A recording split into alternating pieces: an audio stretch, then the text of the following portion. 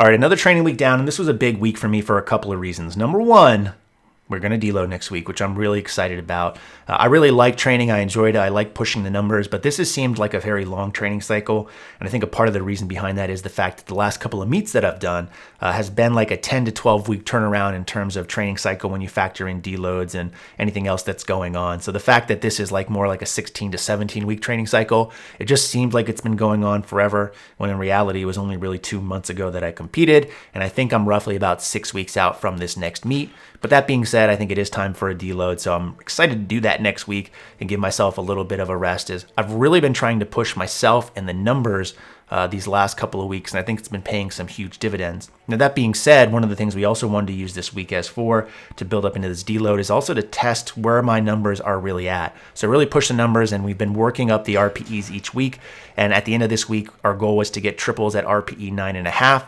And I like this because it's going to give me a better idea of where I am. And the way that the training and programming is built out with Bryce is that, I do get my estimated 1 rep max, which is based off of my numbers as far as my reps, the loads I'm using, and my perceived last set RPE. But sometimes that's hard to really gauge, because if I'm getting an estimated 1 rep max off of, let's say, like a triple or a set of 4, and it's only an RPE 8, it's really tough to say how accurate that is. Add to the fact that I feel really fatigued at sometimes because I'm benching 4 times per week, squatting in some instances 3 times per week, and deadlifting twice a week.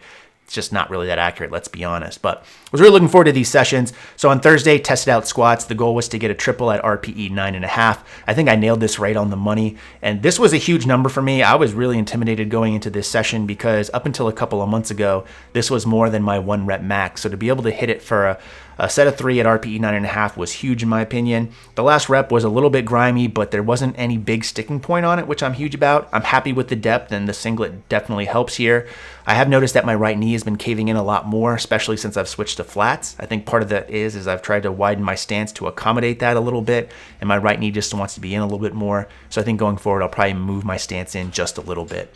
I also did bench on this day, although it wasn't a test day. But again, as I've already alluded to, I'm benching 4 times per week. So this is just a way that I can get in my volume. And we started to do this 4 times per week benching program when I started to injure my AC joint issue last year. And this was just a way to get an extra volume.